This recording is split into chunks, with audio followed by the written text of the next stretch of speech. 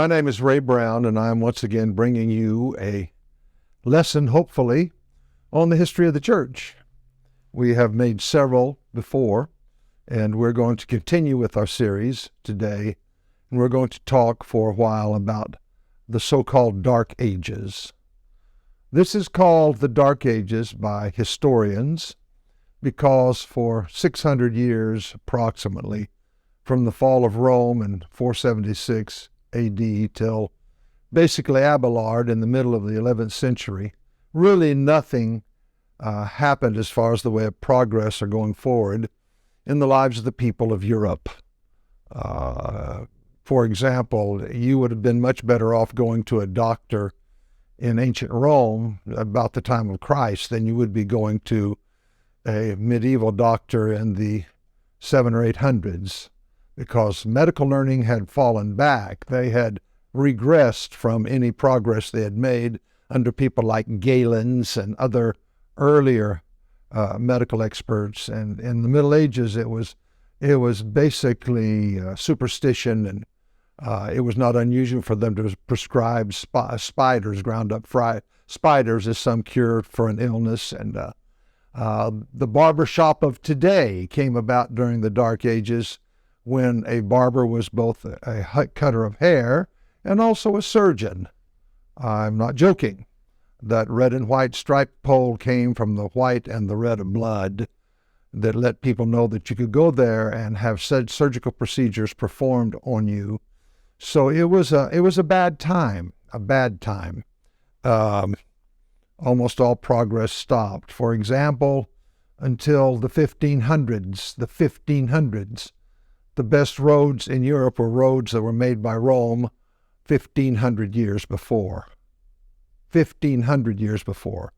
The best roads were Roman roads. And a lot of our industrial technique came from Rome. A lot of things were lost in the Dark Ages. If you ever go to Rome and you visit a building called the Pantheon, which is one of the most famous buildings in Rome and one that's visited by thousands and thousands of people every day, it has a concrete cupola. The Pantheon was made, Pantheon, all the gods, was made in a certain part of Rome where a lot of workers from different countries lived, and Rome thought they would build them all a church, and so they built this big, beautiful building with a concrete dome, the first great dome in the history of the world. It was a perfect circle. It didn't make it all the way down to the ground, but if it did, it would have been a perfect circle, and the largest dome made until the Astrodome in Houston back in the 1960s. So this was a great building. And if you go inside, you will see that inside of the dome were all these little niches all the way around the dome, up high, probably 50 or 60 feet in the air. And in those niches, they would put the gods or goddesses of the people that were staying in that area. So all these workers from all these different countries could come to the Pantheon and have church. It was, of course, converted to a church when the Christians took over, and it's still a church today after 17 or 1800 years. So anyway, Rome fell for 476. Its power waned, and Europe was besieged by a flood of Visigoths and Vandals and Huns and all of the Germanic tribes that came through and destroyed the very infrastructure of Rome. And so times changed. You cannot understand the medieval church if you don't understand the medieval age, because so much of the church was so deeply affected then as now by the world they lived in. And so we're going to talk about not just the church today, but the political and religious and military and judicial procedures and situations that evolved during the Middle Ages that caused the church to be as it was in what we call the Dark Ages. By the way, a lot of professors object to the term the Dark Age. They see that as prejudicial against that age. I don't know why they worry about it. Everybody that lived in that age died 1,500 years ago. So, but we are striving for political correctness. So, amen. The Dark Ages.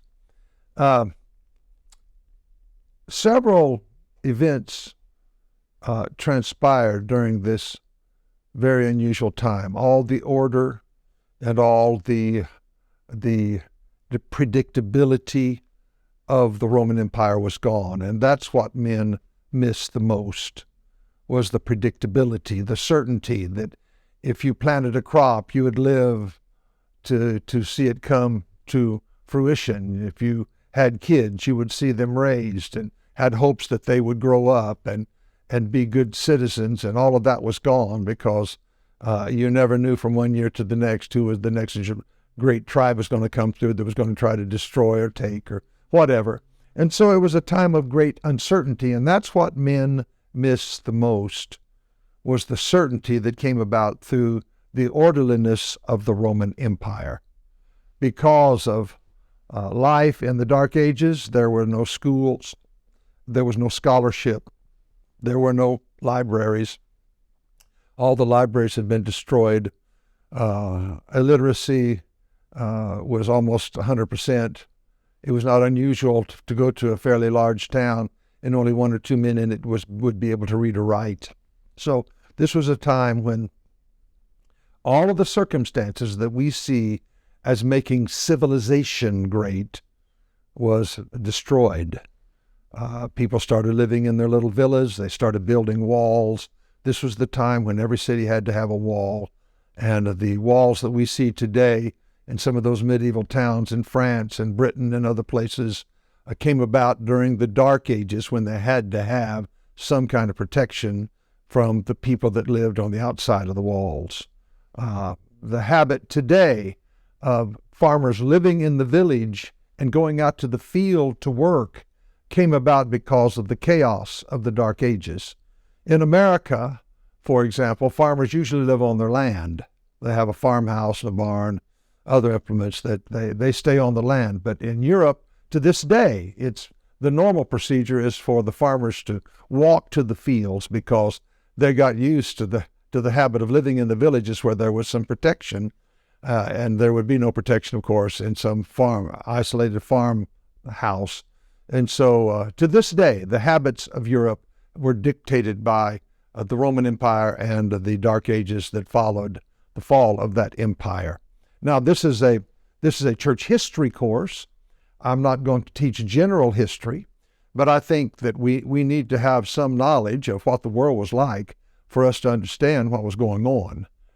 For example, in 330, just a few years after the Edict of Milan that made the Roman Catholic Church legal, it didn't make it the official religion of the Roman Empire, but it made it legal. You could practice your religion without being persecuted or prosecuted by the Roman government. Just a few years after the Edict of Milan that freed the Christians from any type of judicial problems, Constantine, the great Christian emperor, the one that had won the battle at the Mulvane Bridge and took over the Roman Empire, moved from Rome to a little place on the Hellespont in Turkey, very strategically important, one of the most strategically important places on earth. And he built some walls and started a city, and he named it after himself. He named it Constantinople.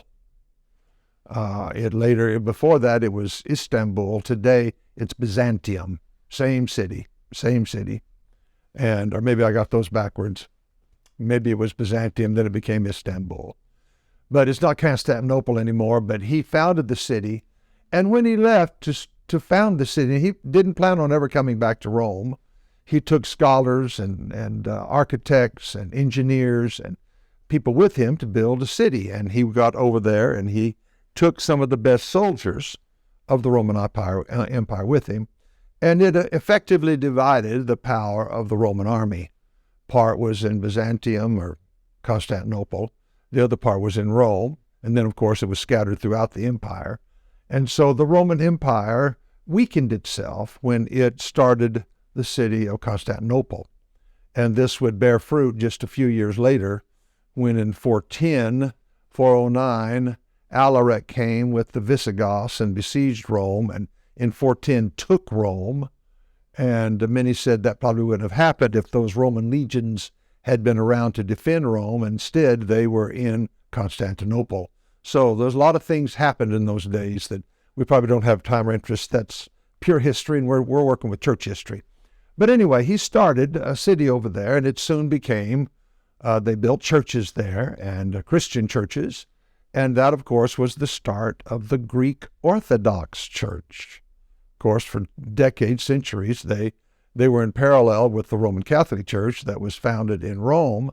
But in time, they veered off, and now, of course, they're two different religions. And I think it was like in the 1100s that the schism was complete, and they were totally divided, and they went their way, and the Roman Catholic Church went their way out in the West. So a lot of things were happening.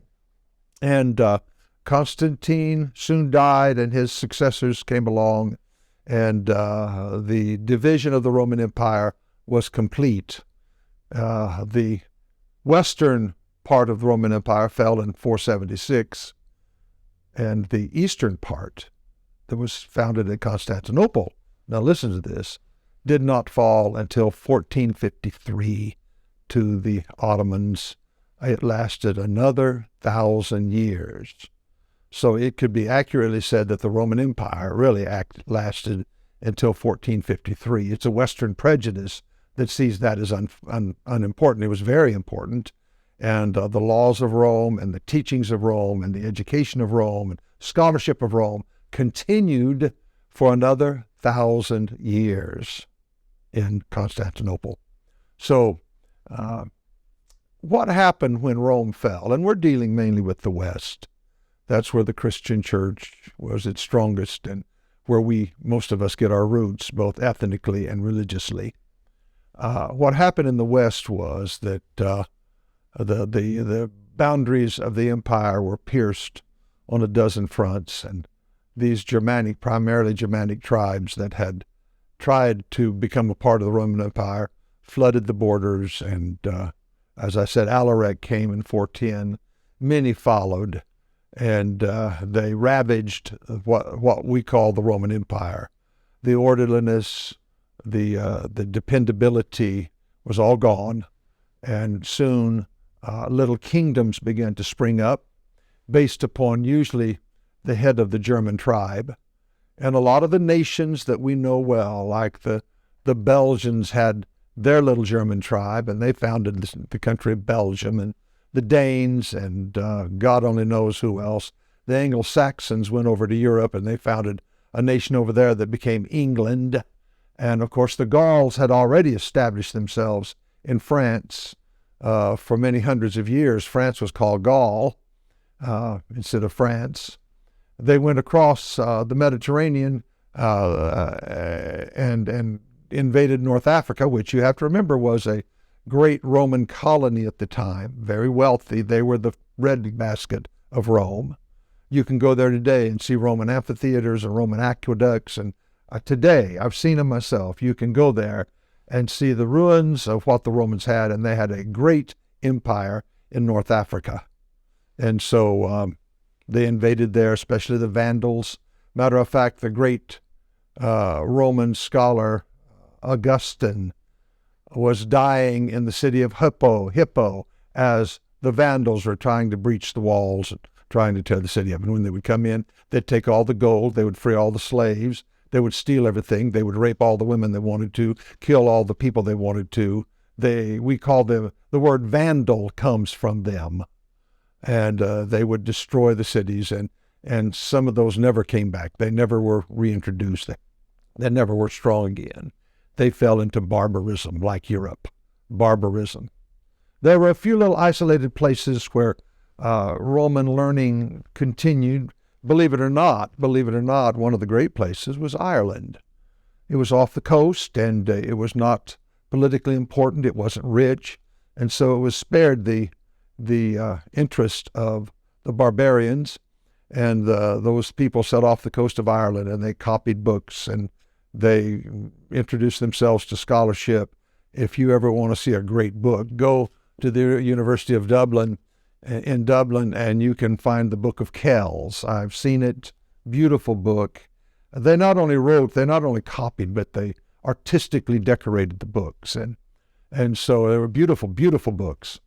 And they made it into an art form. They made translating books into an art form. And when Europe began to regain itself back in the 800s and 900s, primarily under Charles the Great, Charlemagne, Karl de Gross, all the same man, when it began to establish learning and teaching and schools and education under Charlemagne, then they had access to these manuscripts that had been copied by the Irish. So there were still some places of education that continued to exist in Europe.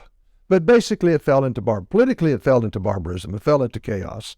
And every little tribesman could found his own country, and a lot of them still exist today. You may not be aware of this, but there's little principalities all over Europe that you probably never heard of that were founded basically during this time, and they got independent of the Roman government and the Roman army, and they founded their own little country. San Marino in eastern Italy, Andorra, Liechtenstein, all these little places existed because their leader founded their own little country. And of course, he named his followers, his closest followers, he gave them land. It was, after all, it was free. It was somebody else's. They either killed the landowners or made slaves out of them. And so they started the feudalistic, now listen to this, the feudalistic system that ran Europe for hundreds of years. And what's important about that is that the Roman Catholic Church became feudal itself. It copied the pattern of the civil governments around it, and it established a very similar type of government in the Roman Catholic Church. Feudalism is a system of government in which you pay your fief or your fealty to the king. To change that, or to not perform your duties to the king, is to defy. That's where the word comes from. You defy the king. And you paid your fealty to the king, and then people under you paid it to you, and people under them paid it to them. And so we had this systematic hierarchical order in Europe of the lower class supporting and giving their loyalty to the upper and the upper and the upper, until finally you got to the king. And when the king went out to war or somebody invaded the country, you were expected to go fight, and you were expected to use the people under you, that you were going to be their military leader. And the system of defending of Europe was feudal. Not feudal in the sense of worthless, but feudal in the sense of the government. And it was during this age, during all these attacks and uncertainty, that the castles began to be built in the countrysides of Europe that we admire so much today. I went to Ireland a few years ago, and all over the landscape are castle after castle, almost all of them ruined, but just castles everywhere. And they did that to defend themselves against their Irish neighbors. We had a very similar situation in France. The head of a county was the count, and it was his job to make a safe place for him and his family to live, but also for the villagers, the people that lived in his area. If people invaded, they would run to the castle for protection. He usually had high walls, thick walls, other forms of defense, and a moat around the outside was very common. And so all the great castles you read about in medieval Europe, in England, in France, in Spain, and Germany, if you ever take a ride along the Rhine, it's just castle after castle on every hilltop. And this all came from the feudalistic form of government. It also came before they invented cannon. The invention of cannon pretty well stopped the building of thick walls because it wouldn't withstand cannon fire.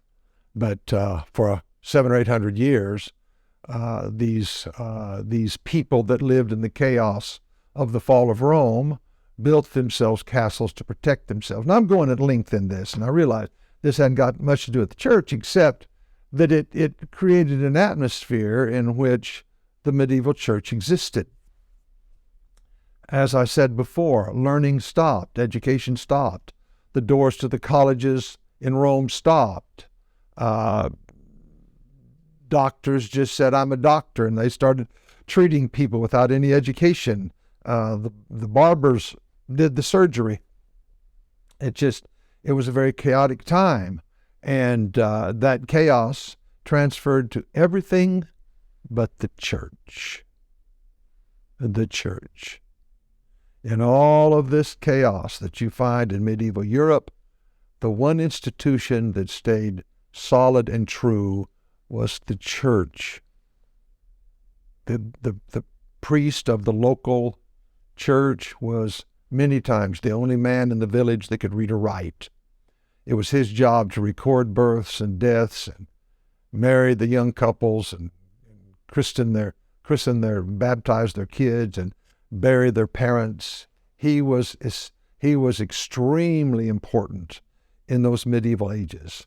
This was the height of the Roman Catholic Church. This was when they were at their zenith. They were never as powerful before. They would never be as powerful again. But during those dark ages, from 500 to 1100, they were the power in Europe. The popes could depose kings. It was not unheard of for a king to have to come and kiss the pope's foot to get forgiveness for something he had done. They set him up and they pulled him down, and they were the predominant power for 600 or 700 years in Europe.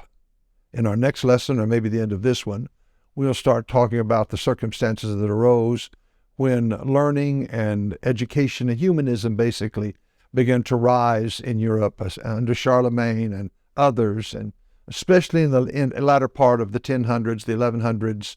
The University of Paris was established, and Abelard came along and challenged everything, and so things changed in the 1100s. But up until then, the Roman Catholic Church was the predominant power by far. They offered the only stability in a crazy world.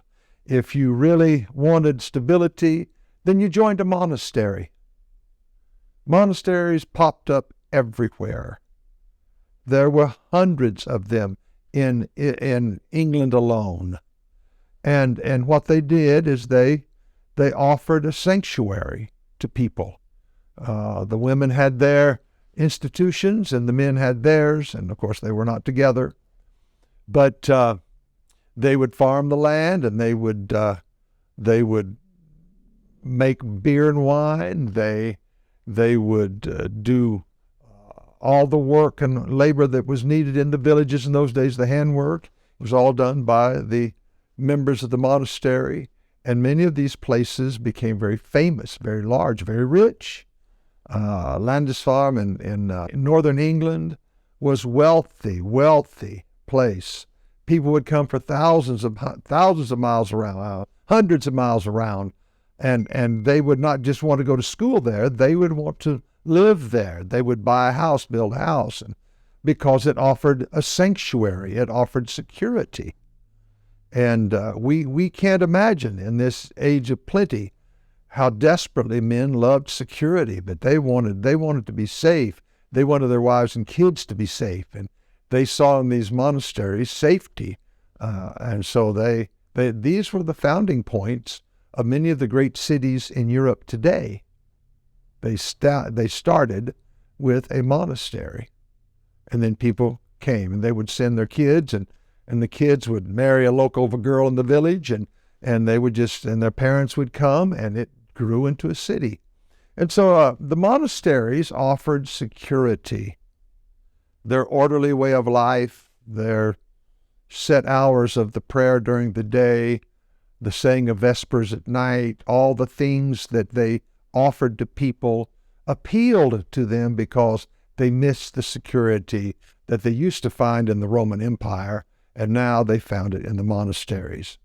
And so it was a time, very interesting time. I started to tell you before, there was almost no progress made during the Dark Ages.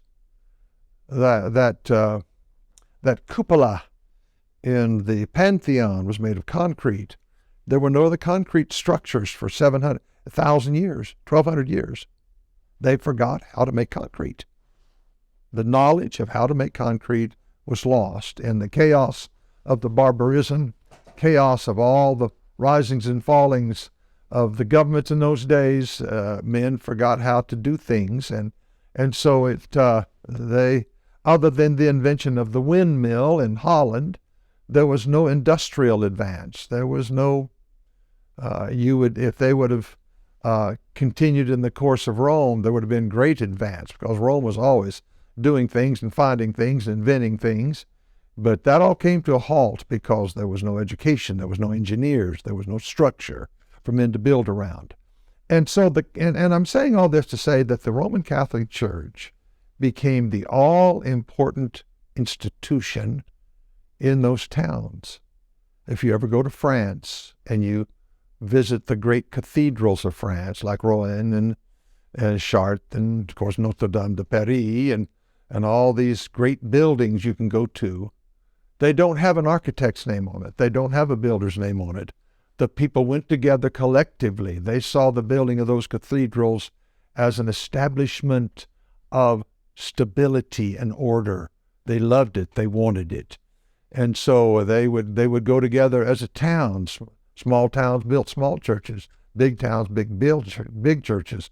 Paris built huge cathedrals that we all still go to and visit and admire to this day. Just burned down, by the way, 2 or 3 years ago. I hope they reestablished it just like it was. It was a beautiful, beautiful church.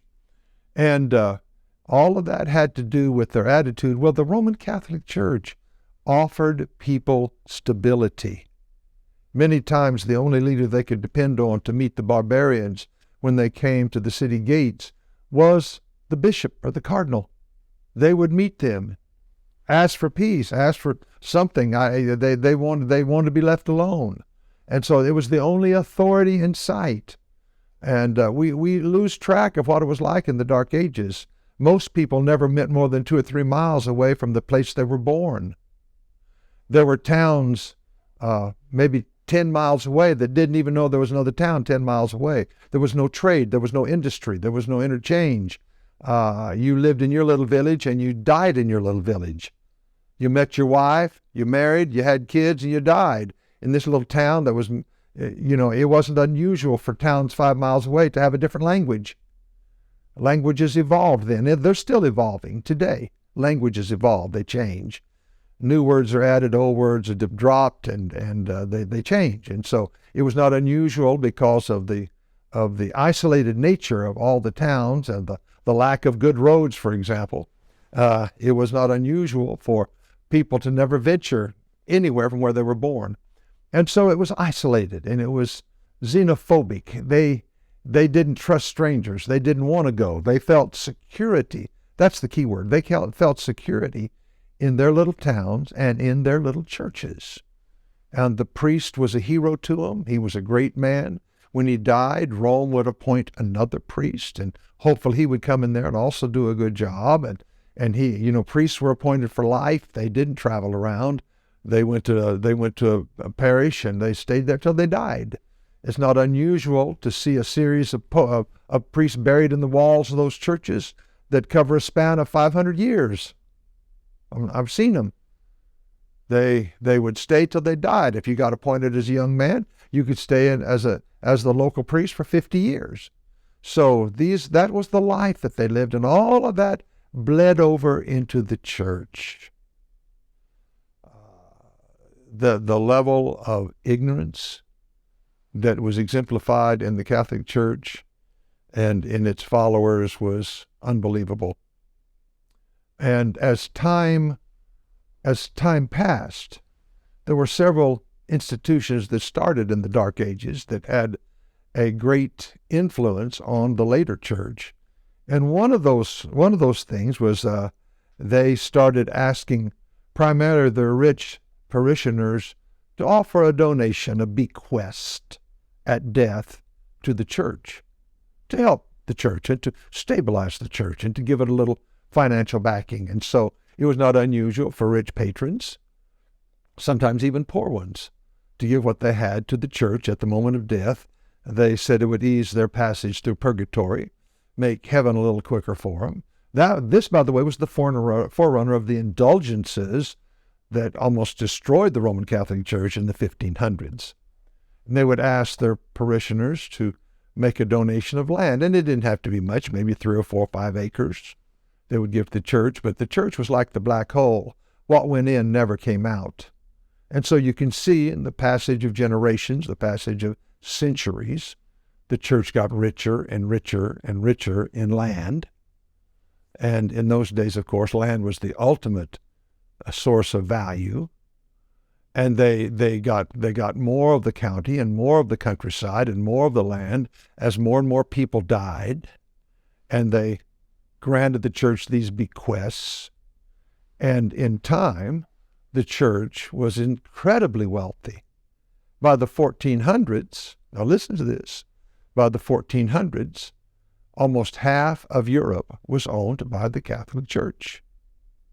Almost half was owned. It was not unusual for a bishop, it was over a whole diocese, to have thousands of people working for him, plowing his land and tending his grape vineyards and doing other work. And of course, they sold the proceeds of this, and the church and the bishoprics and the diocese got richer and richer and richer. And in time, the Catholic Church had almost all the money in Europe. All the money in Europe. So, but that was the end result of these bequests. But that started in the Dark Ages. And you can imagine the appeal. Let's say, for example, infant mortality was huge, like 20 or 25% in some of those villages. That means if you had 5 kids, at least one of them was probably dead, and maybe 2. And if there was any kind of a plague, maybe all of them. And so the priest would say, don't you want to give a bequest to honor the death of your children? Well, it's a very emotional subject, I can tell you from personal experience. And so they would many times, sure, I'll give 10 acres of land because of the death of my son. And so all that began to accumulate. One person and then another and then hundreds and then thousands. And pretty soon the Roman Catholic Church owned 1/2 of Europe. Many of the monasteries that we talked about were put on these lands to till the land. The people that ran the monasteries would be kind of the overseers. The local people would be the workers. And this was a hierarchical system that was very similar to feudalism. That's why I mentioned it. Very similar. And you really can't get the flavor of the Roman Catholic Church in this time if you don't understand what was going on in the background. Marriage was very honored. Morality was honored. Virginity and the girl was a sought-after virtue. And it was a very quiet, peaceable, as long as the enemy didn't show up, very peaceable life. Several things interrupted the church during this time. One of them was the start of the Crusades. Urban II got out in the field in France and called for all the nobility of Europe to march on Israel because the tomb of Jesus Christ had been taken by the Muslims. And this was the start of the Crusades around 1000. I'll give you the details later when we get into that phase of the history.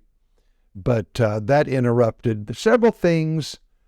Toward the end of the Dark Ages began to unravel the cloth of the Roman Catholic Church. For one thing, their wealth did it. And the Crusades, it kind of undermined the faith of the people that went because they traveled across the sea and ran into a group of people that were the Muslims that were very organized and seemed to have a lot of virtues, a lot of things that the Christian church would want to have, and they had it under what they call paganism, heresy, false doctrine. And it began to cause people to question why they had such a good structure and such a good organization, such a good civilization going when they were so wrong. So things began to happen that unraveled the fabric of the church. Another thing was the wealth of the Catholic Church began to leave a bad taste in people's mouths. There was still famines, and There was bad times, floods and droughts that would cause your ordinary person many times to starve to death. And it was awkward to starve to death while the man of God that loves you so much that he wants your soul to be saved is setting up in his castle with more money than he can ever spend, and they didn't spend it much. Now, the Catholic Church would occasionally help in times of drought and flood, but they made sure that they kept their financial base strong, and it kept getting stronger every day. There were the cause of indulgences that I've already mentioned. An indulgence is a statement by the Catholic Church that relieves you from any wrongdoing, any penalties from sin.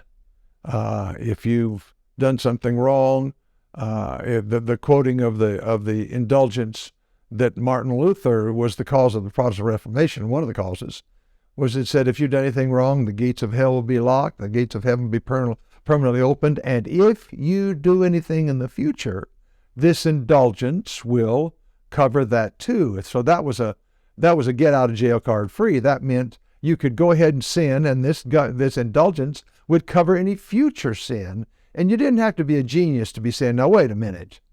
You mean for a few dollars I can get the right to do anything I want to that's wrong, that's against the Bible, and it'll all be covered?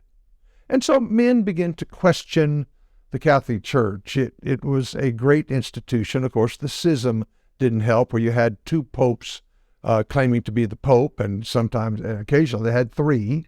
And so it didn't look like there was a lot of unity in the body of Christ. So a lot of things began to happen that undermined the Catholic Church that led in 1517 to the Protestant Reformation. But the Catholic Church was like the Roman Empire itself. It took hundreds of years to fall. It took hundreds of years for the Protestant Reformation to come about. And for hundreds of years, men just put up with what they saw was bad. First of all, because there was no alternative. The Catholic Church had a monopoly. They were the only real religious institution in Europe at this time. And if you didn't go to the Greek Orthodox Church in the East, and you got to remember, this is a time when there was almost no trade. The Mediterranean was empty. The roads were empty. First of all, the roads, if it rained, the roads couldn't hardly be walked on, knee-deep in mud, and it rained a lot in Europe. And so there was not a lot of trade, not a lot of exchange, and so you just pretty well lived in your little village and died in your little village, and that was it. And so it took a long time for the social situation to change that allowed the Catholic Church to start having these problems.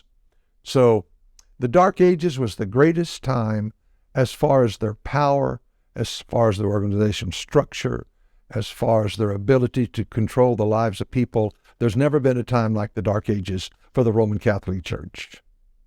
And it took a long time to get through those dark times, but there finally came a little light at the end of the tunnel, and things began to change. Thank you. We'll continue later.